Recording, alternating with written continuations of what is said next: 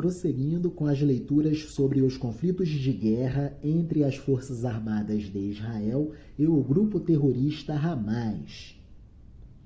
Como estamos construindo um contexto para compreendermos como é que Israel vem sendo governado desde o início do ano de 2023, vamos falar um pouquinho sobre a figura do primeiro-ministro de Israel, Benjamin Netanyahu.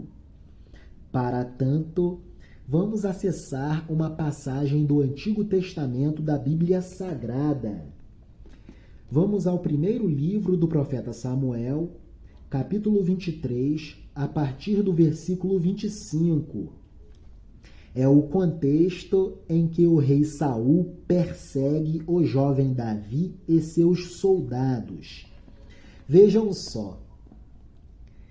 Há cerca de 3.000 anos para trás em relação a nós, Israel completamente cercado por inimigos, povos filisteus. Portanto, jamais o rei Saul poderia desguarnecer e vulnerabilizar as defesas do território de Israel. Mas, como o rei Saul era um homem insensato, ele ousou desmobilizar as defesas de Israel para perseguir o jovem Davi e seus soldados. Muito parecido com o que vem acontecendo em Israel na mão do primeiro-ministro Benjamin Netanyahu, que na nossa analogia está para o rei Saul. O rei Saul e os seus soldados foram procurar Davi para persegui-lo, prendê-lo e matá-lo. Mas Davi ficou sabendo e foi para uma passagem nas rochas do deserto de Maom e ficou ali, escondido. Quando o rei Saul soube disso, foi atrás de Davi.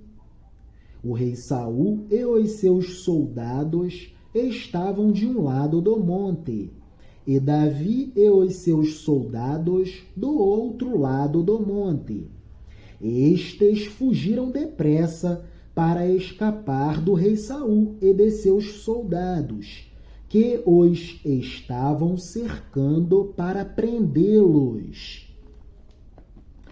O rei Saul mobilizou parte do seu exército para perseguir o jovem Davi e seus soldados.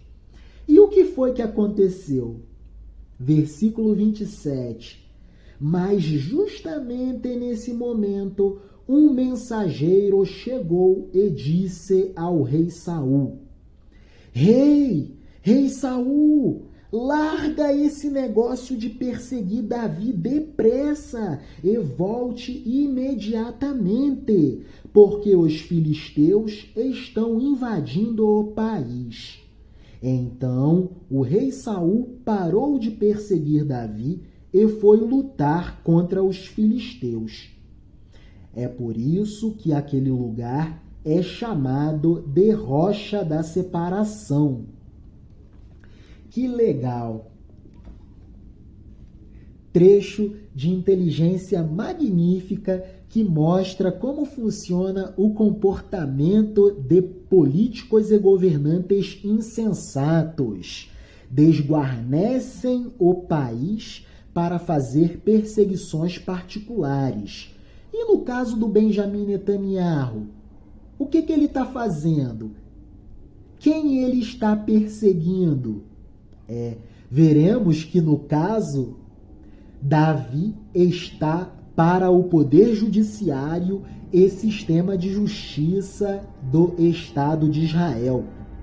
O primeiro-ministro do Estado de Israel, Benjamin Netanyahu, desde 2020 está respondendo a gravíssimos processos judiciais.